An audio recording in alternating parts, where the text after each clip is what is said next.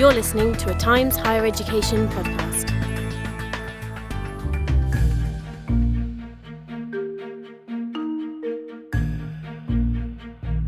Hello and welcome to Campus Talks, the podcast in which we seek out insight and advice on the key issues facing those working in higher education. I'm your host, Eliza Compton, Deputy Editor of Campus. In this episode, we're going back to school. In many countries, including the United States and here in the UK, of course, September marks the beginning of the academic year. As universities prepare to welcome millions of students to their studies, whether that's on campus or online, we ask how the entrance to higher education has changed along with the student experience itself, and what institutions can do to make that transition to university life a bit less overwhelming. As you'll hear, this is no longer a one-size-fits-all proposition. Yes, the traditional full-time undergraduate who is continuing their education from school is still predominant, but the homogenous bubble of the university experience has become far more porous and diverse, with students of all ages weaving study into their lives rather than the other way around. For universities aiming to help students adjust to higher education, this means listening to their need for flexibility, taking into account their different backgrounds, considering how to impart workplace and life skills alongside those they need to succeed in their academic courses, and addressing barriers to the settling in process. As you'll hear, it might also mean looking at ways to take the stress out of early college achievement. My guest today is Rachel Gable, Director of Academic Program Authorisation at the College of William and Mary in Williamsburg, Virginia, and the author of The Hidden Curriculum and the upcoming The College Handbook, How to Arrive, Survive and Thrive on Campus. With a background in education and anthropology, she has spent years researching student success, notably for first-generation and rural students. And as an administrator who develops academic programs, she's well placed to observe how students informed by TikTok and AI adapt to their studies at her 332-year-old institution. Fittingly, our conversation took place on the day of the university's opening convocation.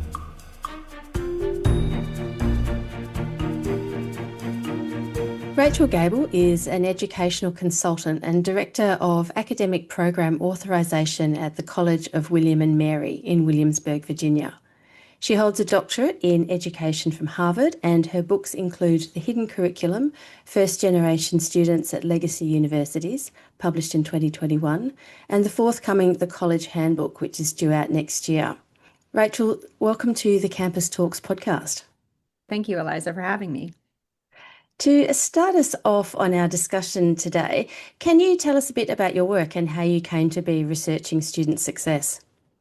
Yeah, absolutely. So I returned to graduate school for a second time after, I like to tell my students, exiting a PhD program in anthropology with a master's degree, meaning I have a failed degree in my history. And I was very keen to study undergrads and their student experience, how they transformed, how their lives were touched and changed by the experience of going to college. And I had the great opportunity to do a longitudinal study with first generation college students who really didn't have a lot of parental support with specific college going information, as a way of looking into what we called the hidden curriculum, or those tacit norms. And ever since that longitudinal study, I've just been so invested and fascinated with the student experience, and I continue to do work on in that sphere, even as I'm moving more into academic administration for my day job. And so, do you think your background in anthropology had any part in the direction that you chose to take? Absolutely. So one of the great lessons of anthropology is that you ask the same question over and over again to a wide range of people. And sometimes you sound like you're asking stupid questions, but they unearth some of those taken for granted norms and expectations. So I definitely think I took an anthropological lens when I sat with students from a wide range of backgrounds and asked them the same question over and over. Yeah. Yeah, absolutely. Well, we're going to be digging into some of those assumptions and unwritten rules that, like you say, get unearthed when you ask people the same question. Our topic today is welcoming students onto campus. For many of our listeners, they will be quite familiar with campus life and the activities of the university, but they might not necessarily be thinking about what first year students are doing, particularly in those first few weeks of starting college. So, what actually is it like in 2025 to begin your college journey? Well, first to set the frame, we are at the precipice, what people would call of the demographic cliff, but we're actually in the largest cohort possible before the cliff begins, starting next academic year. And it's also the most diverse group of students to enter college. And we also have an ever increasing number of students who are coming from a wide range of age and experience backgrounds. So students who may be returning to college after some number of years or having never started college, but they're in their 30s, 40s, even 50s, beginning the undergraduate experience. We also have an increasing number of students who are entirely online students. So we've got this exceptional mix that is likely to become more of the norm over time of incredibly diverse, incredibly age diverse, and demanding of flexibility in terms of online, in-person, hybrid experiences for college students. Now, those first few weeks of college, imagine that mix. Students are getting information on their phones. They're learning from TikTok as much as they are from what we historically know. Students are learning a lot from YouTube, but TikTok is exceptionally important these days. And of course, I would be remiss to not mention any form of AI. Students are constantly using AI to navigate their new world. So arriving on campus, it's a very digitally engaged, digitally native group of students. They demand flexibility. They expect flexibility. They are really invested in thinking through their emotional and physical wellness, more so than previous generations. And I think, quite frankly, they're much more pragmatic in terms of how they approach the college experience. They're looking for connection to potential future jobs. Historically, that's always been the case for our students, but they're much more in demand of that, and they are much more frequently likely to ask, why should I take this class? What will it do for me? And so we as university administrators and faculty are challenged to reframe the way we talk about the value of the traditional experiences that we have on offer, such as general education and the overall length of our curriculum. So that's the mix of students. They're coming in and they're arriving, some of them fresh-faced first-year students coming from far away or nearby. And it can be quite overwhelming, but it's also a really exciting time. Mm. It feels like the student experience has really evolved. It used to be that it was your 3 or 4 years on campus and it was kind of immersive and that's what you were doing. And it feels to me, reading our resources on campus and speaking to people like yourself, that actually university is now part of a lifestyle mix, I suppose. So students will be partially learning on campus, partially learning at home. They might have caring responsibilities if they're older students, or they might be working. How does that then affect the way that universities approach the process of embedding and settling students into their studies? Yeah, so an institution like a university is historically embedded on a campus, and the campus expectation, faculty and administrators have a historical frame that focuses primarily on time and space and has an expectation of a certain amount of time that is a historical legacy going back to the early 20th century that may not fit our students today and may not even fit the kinds of competencies that we're expecting our students to master before they graduate. So this time expectation of maybe a 15-week semester, 8 semesters to get to the end of a 4-year degree program in the United States or a 3-year degree program in the UK is being questioned radically by our students because they expect to be able to accelerate or slow down based on their life experiences or what else they have on their plates. Like you said, we have students who are part-time or full-time employees who are coming in and in some ways squeezing college in around the edges of the rest of their lives. And we want to support that. But the time expectation is something that is being radically questioned, I think, as we speak, and that's an increasing issue. Same with the space question. Do we have to have a campus that serves all students in a kind of composed bubble type of experience, or are we expecting the reality, which is our students will come and go off the campus? They will actually maybe potentially benefit from experiences at other institutions or online experiences or internships or cooperative placements with jobs, et cetera, that don't confine the student to that narrow, specific location of a campus. Finally, our students are likely to attend multiple colleges and have credit-bearing experiences at multiple colleges over the course of their college career. And so we need to be thinking really carefully and intentionally about how we allow transfer credit from one institution to another. That's a big problem in the US. Other countries have really mastered the transfer of credit in ways that I think the United States could learn from, quite frankly. But we need to be much more careful as we think through how we allow a student to navigate multiple institutions through the course of their career. So those are some things that are in the mix. But if I'm really focusing centrally, I do think that we need to blow up that time space expectation of what college is and rethink the whole thing. You mentioned that incoming students of any age, I think these days, are hyper connected. So they've on social media, whatever that might look like, they're probably using AI to search aspects of college life. In a previous interview, you have mentioned the gap between what students think they know about going to college and what it is they actually need to succeed. Have you noticed that that gap has shrunk? And what can universities do to bridge it so that they support equity and excellence right from the beginning?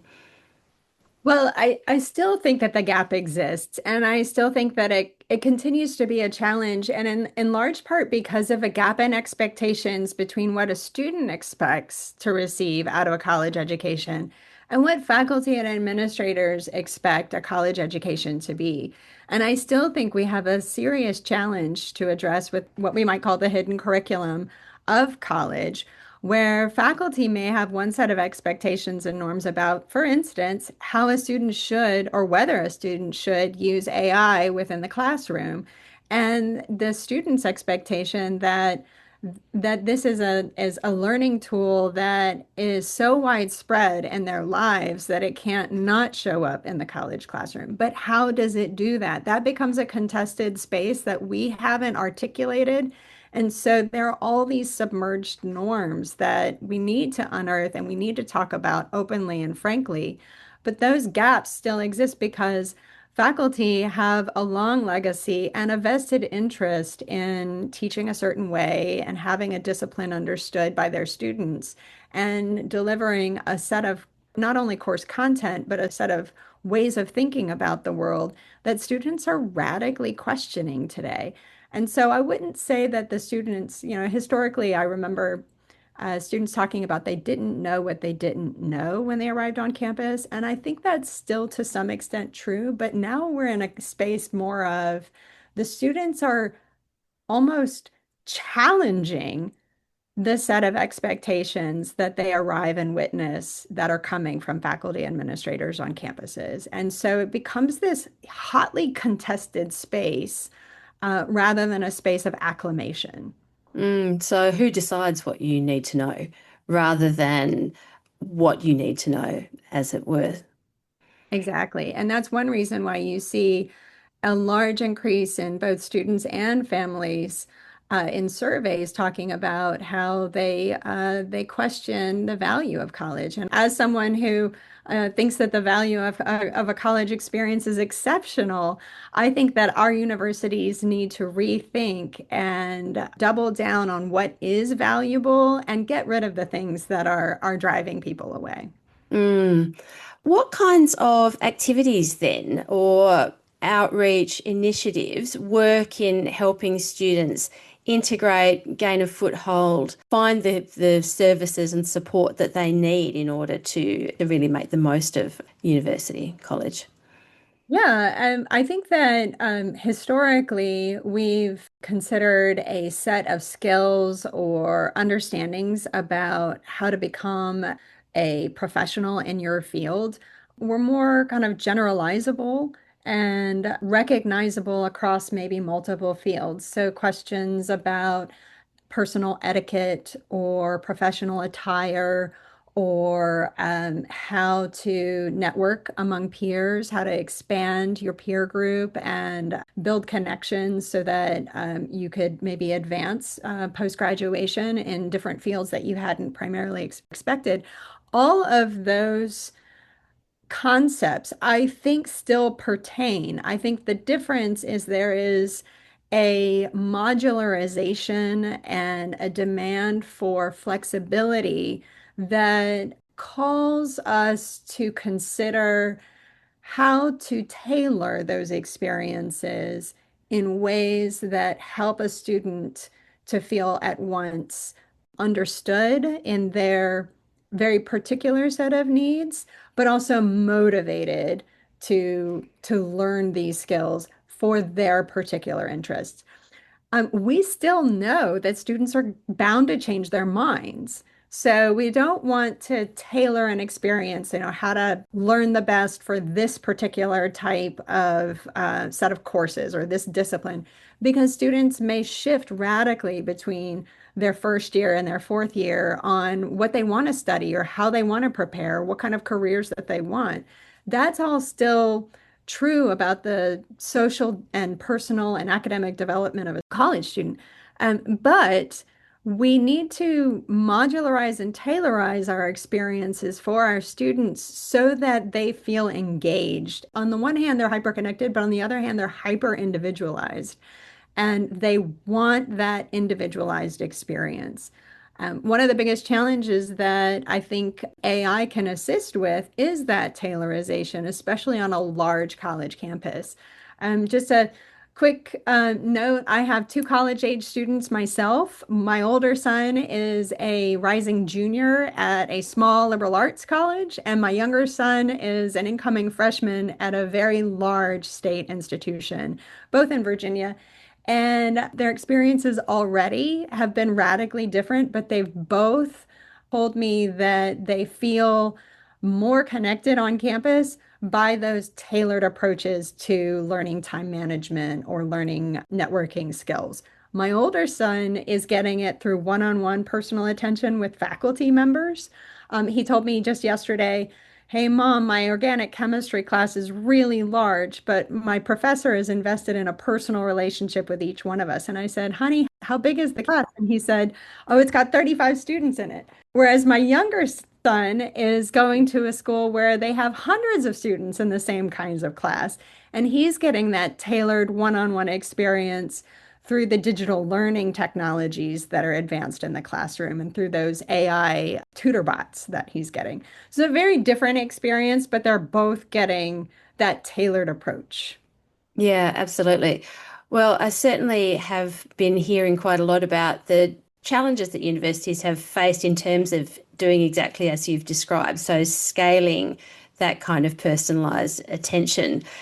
At William and Mary, are there any activities that have been particularly successful in terms of bringing students together and giving them that sense of belonging and feeling seen that is so important? Well, I think one of the wonderful things about a school like William and Mary, we are a very traditional school, but we are embracing AI and the use of digital technologies, both in the classroom and in the social experiences for our students. But these tried and true communities, such as a living learning community or a community scholars, a group of students who come together with faculty mentors and work on projects, has been exceptionally strong for our students, especially our low income or our first generation students. If they can connect with a faculty mentor for undergraduate research or to proceed through an internship experience, that is profoundly impactful and can have transformative effects on their lives well after college. So I find those, I'm telling you all about AI and the use of AI, but I find those personal relationships that can be cultivated between faculty, staff, and students to still be exceptionally meaningful and to launch students into career paths that they never knew existed beforehand. Mm. I think the biggest question is how do we have conversations about what it is that students need in a new workforce and in a new world when, quite frankly, those of us who work on college campuses haven't sought jobs out there in the world, and some of us in many years. And so we're trying to navigate this to support our students so that they're work ready too. Sometimes we're learning as we go as well. I can imagine. You mentioned in an interview with Inside Higher Ed that college should be about getting you outside of your comfort zone. Some of the skills that you had mentioned in the hidden curriculum include very in-person skills like managing office hours, for instance. When you have students who are also wanting or needing to connect, this is part of our professional skill set, what support do universities need to give students to help them feel confident in developing all those interpersonal kinds of skills that they are going to need in the professional world? Yeah, I think that some of the lessons that were pre-AI still pertain today, that students are in need and often they don't know how to ask for assistance learning how to manage professional behavior or professional expectations in an institutional context. And that still remains a challenge. Going to office hours it remains a challenge for students to see the relevance of it. And then once they decide that they're going to take a risk and attend office hours, they often don't have a question that they want to ask. Or if they do have a question, they're unsure whether it's the right kind of office hours question. I'm glad you asked about it though, because I was in a conversation with a faculty member recently who was telling me that they give their cell phone to all of their students so that if the student can't show up at office hours, they can text the faculty member and ask for an appointment on the phone or via Zoom that way. And it turned out that this faculty member who never saw the kind of volume of students when they hosted fixed in person and a fixed time, remember this time space question, office hours, suddenly started communicating with their students in ways that were much more tailored, much more personalized, and they started to see that many more students were engaged in the classroom than previously. That helped. However, it can be exhausting, and faculty members need to know that they have a right to turn off and not give their cell phones to all of their students either.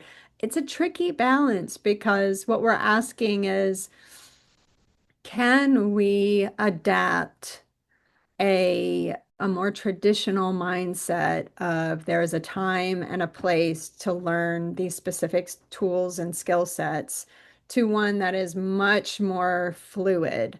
And I don't have an easy answer for it, but I think that it's worth continuing to try to answer that question. When it comes to professional behavior, I think we're seeing that the professional workforce, with a lot of folks working from home or 100% hybrid or remote workers, we've got a very different way of approaching the time space question in work itself that has really shifted how we think about training folks about professional behavior. Is it the product or is it the time spent on the product that matters the most? And what is the product? And how do we know that we're producing something of quality? These are the kinds of questions that I think we need to continue to hone in on as we train our students to become work ready for the next 20, 30 years of their careers. There's so many moving parts. The workforce, as you say, itself has changed so much. What are the barriers or the potential difficulties for students these days in settling into university? What do they struggle with? So I recently wrapped up a project with a number of universities that were interested in recruiting more students from rural communities in the United States. And a number of those students spoke just like the students that I worked with in a prior study with first generation students.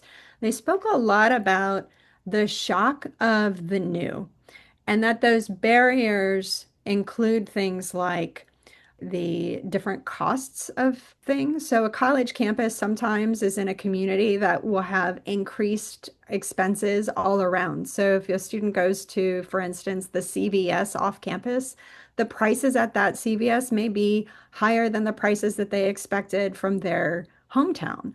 The prices for meals, the prices for groceries or clothing around a college campus can be higher. So those kinds of financial barriers increase, and we need to be mindful of that. I think some college campuses have done really good work at establishing extended cafeteria hours so students don't have to go out and purchase groceries, or groceries on the campus that can be taken back to the dorms for snacks after mealtime. Additionally, a professional wardrobe closet on campus so students could borrow rather than having to purchase outfits for interviews. These kinds of activities, I think, are really helpful, especially if a student is coming from a low-cost area of the country to a high-cost area of the country. So that's the first barrier I always think about is that financial barrier. The second is the psychological barrier, or the acclimation barrier, the change over time.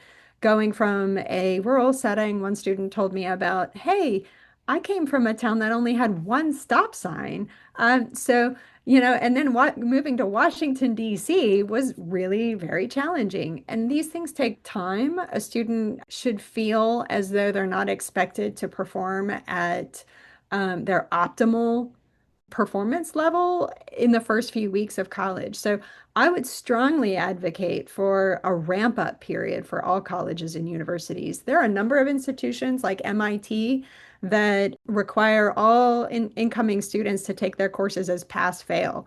I think that's fantastic. It allows students to acclimate to campus and to identify their personal barriers and to figure out ways to overcome them, because each student, we can talk about general barriers, but each student will respond differently to the kinds of barriers they face. But having an opportunity to ramp up or to accelerate into the college experience, I think is a tremendous gift that schools like MIT give their students. So does that mean they start the course earlier to have an opportunity to get up to speed, or is there a period of time within the standard semester where they have a chance to find their feet? Well, that's a great question. Some colleges will have summer programs where they'll offer students one or two college level courses over the summer before college. They can get used to the college campus. They have a lot of socializing activities that go on, and then those students enter their freshman year not having to take as many courses as they otherwise would because they already took one or two courses over the summer. So you can extend that entry ramp up period by offering summer courses. I think that's a fabulous option. The one I was talking about with MIT is that first year students take their courses pass not pass, meaning or pass no grade, because meaning that they do not take a course for academic grades. And our students in the United States are so heavily focused on grades, and in some instances are quite perfectionistic. I'm not saying all students are perfectionistic, but there's a challenge with perfectionism and grades in the United States, where a student will feel as though they're failing when they're not getting an exceptionally high grade. And so eliminating the grade as a factor in thinking about how you approach academics depressurizes that first year experience and allows a student to acclimate in a way that is much lower stakes than if they were thinking, I need to have a perfect GPA. I imagine that then also reduces the knock-on effect of high stakes, which is better mental health and also better or more time to devote to things like sport or going for a walk or hanging out with your friends that you might, if you were very stressed about always excelling in your academic assessments, that those sorts of things are very easy to put to the side.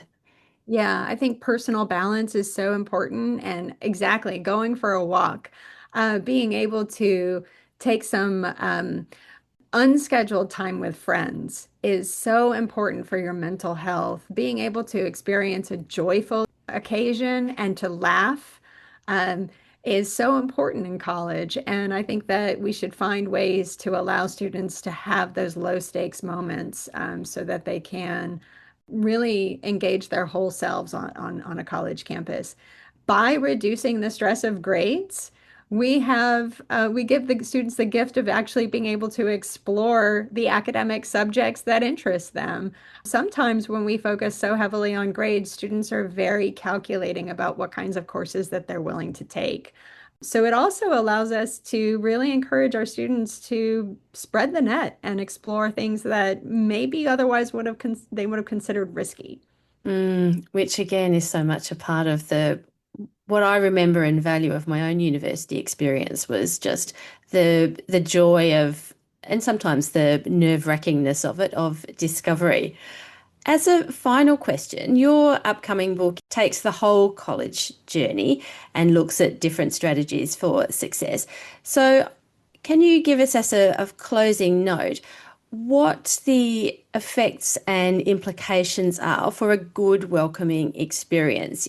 Are there knock-on benefits for the rest of the college journey and perhaps for professional life beyond university? I'm so glad you asked that question. I think about that all the time. On the one hand, I'd like to say that yes, we have to get it right for our students. We have to make their first month of college perfect. But by the same token, I think that we put ourselves in a position of perfectionism and too high stakes of an experience to focus so much on that first few weeks of college. I want to say yes, we should focus as faculty and administrators, we should do our best to welcome our students, to reduce and eliminate any barriers possible, to make them feel like they belong. But if they don't make friends in those first few weeks, I think it's important to be able to say to our students, it's okay, give it a year, right? If they don't find the courses to be all that interesting in their first semester, to say, it's okay, you have a next semester to try again, pick a new set of classes, right? So college should also be about starts and stops. And we should remember that the journey is multiple semesters long, sometimes 3 or 4 years long, maybe longer, and that students can pause, take a break, and return. So again, I think it's so important that we focus a lot of emphasis on making those first few weeks excellent for our students. Today is convocation day at William and Mary, and we're going to be celebrating our entering students to come to this campus, and it's the ramp up of a very important anniversary year for Williamsburg and William and Mary itself. So we're very excited about this academic year. But by the same token, I don't want to lose sight of my second year, third year, and fourth year students. And I want to make sure that they feel welcomed as well and that they feel like they had a time to break, pause, reflect, maybe pivot, maybe change their minds, and come on back refreshed. Yeah, fantastic.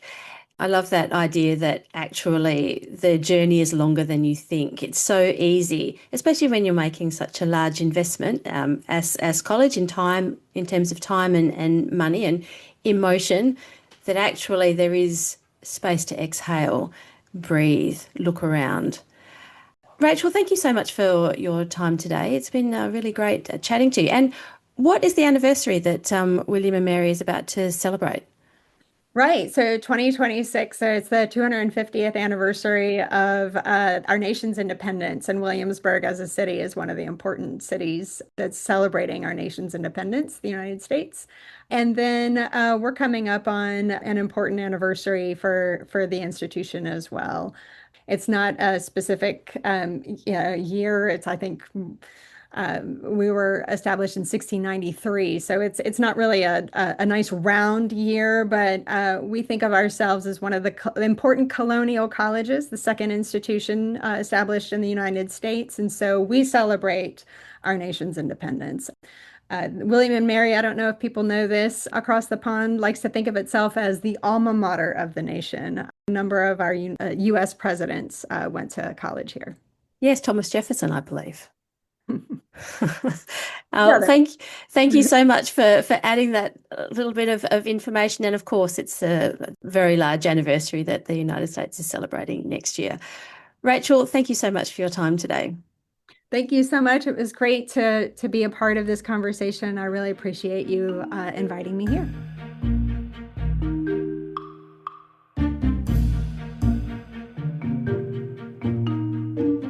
So, from what Rachel says, students who are starting university this month seem to be taking a longer, more pragmatic view of their academic experience and asking from the get-go how it will enrich their lives, how their time, financial and emotional investment will set them up for professional success. She also gave a vivid image of the increasingly diverse mix of students who are entering higher education. University, it seems, can use these first weeks of the academic year to meet students in all their complexity. Of course, institutions are already working hard across student support in areas such as wellbeing, mental health and academic skills, but each new year offers a chance to reframe the value of higher education, as well as the traditional time and space expectations, making room for alternative pathways such as micro-credentials, professional training and transfer of credits. One thing that seems constant, though, is students seeking connection, whether that's tailored support through AI or finding a faculty mentor. As Rachel says, personal connection is as meaningful as ever, and gaining those valuable interpersonal skills is a huge part of the student experience. So that's it for this episode of Campus Talks, Times Higher Education's fortnightly podcast. I'd like to thank Rachel Gable of the College of William and Mary for sharing her expertise with me today. If you would like to read more advice and insight on ensuring students find a warm welcome onto campus from academics and higher education professionals from around the world, go to timeshighereducation.com/campus/keywords/spotlight-guides. If you enjoyed this episode, please like and subscribe, and we'll see you in 2 weeks' time. Thanks for listening. You're listening to a Times Higher Education podcast.